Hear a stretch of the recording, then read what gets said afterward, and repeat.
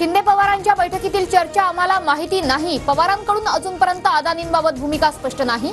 पत्रकारांसोबतच्या अनौपचारिक गप्पांमध्ये उद्धव ठाकरेंचं वक्तव्य।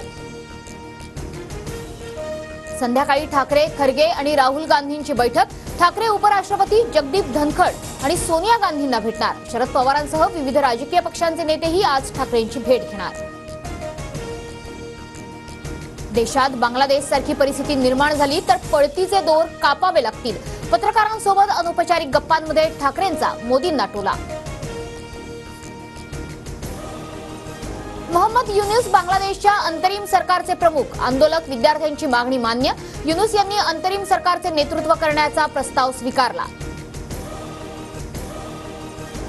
सरकारला शेवटची संधी। आम्हाला ओबीसीतून हक्काचं आरक्षण द्या, अन्यथा मराठ्यांना सत्तेत गेल्याशिवाय पर्याय नाही। विधानसभेपूर्वी जरांगेंचा सरकारला इशारा।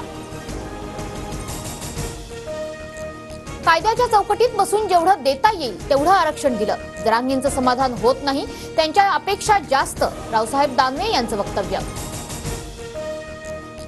जरांगेंच्या पश्चिम महाराष्ट्रातल्या दौऱ्याला सुरुवात। आज सोलापुरात शांतता रॅली। सोलापुरातील सर्व शाळांना सुट्टी जाहीर। पंजाबच्या अमृतसरमध्ये आज राष्ट्रीय ओबीसी महासंघाचं राष्ट्रीय महाअधिवेशन। ओबीसींच्या मागण्यांचे विविध 30 ठराव मंजूर करण्यात येणार। बबनराव तायवाडे यांची माहिती। भाजपचे ज्येष्ठ नेते लालकृष्ण अडवाणी दिल्लीतील अपोलो रुग्णालयात दाखल। न्यूरोलॉजी विभागात उपचार सुरू। सध्या त्यांची प्रकृती स्थिर। पुण्यात ऐन पावसाळ्यात टँकरद्वारे पाणी। तांत्रिक कारणामुळे एरंडवणा भागासोबतच उपनगरांमध्येही टँकरद्वारे पाणी पुरवठा सुरू। गोंदियात जुलैमधील पूरस्थितीमध्ये 6 लोकांसह 27 जनावरांचा मृत्यू। 1491 घरांची पडझड। 234 जनावरांच्या गोठ्यांचंही नुकसान।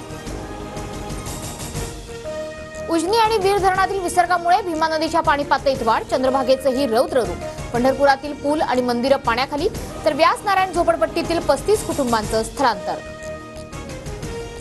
किरकोळ बाजारात 100 पार केलेल्या टोमॅटोच्या दरात घसरण। टोमॅटोचे दर प्रति किलो 40 ते 50 रुपयांवर। आवक वाढल्यानं आठवडाभरात दर घसरले। भारताचा गोल्डन बॉय नीरज चोप्रा पहिल्याच प्रयत्नात अंतिम फेरीत। नीरज सुवर्ण पदकापासून केवळ 1 पाऊल दूर। कुस्तीपटू विनेश फोगाट अंतिम फेरीत। आता ऑलिम्पिकमध्ये सुवर्ण पदकांसाठी डाव लावणार। उपांत्य फेरीत क्युबाच्या कुस्तीपटूचा पराभव केला।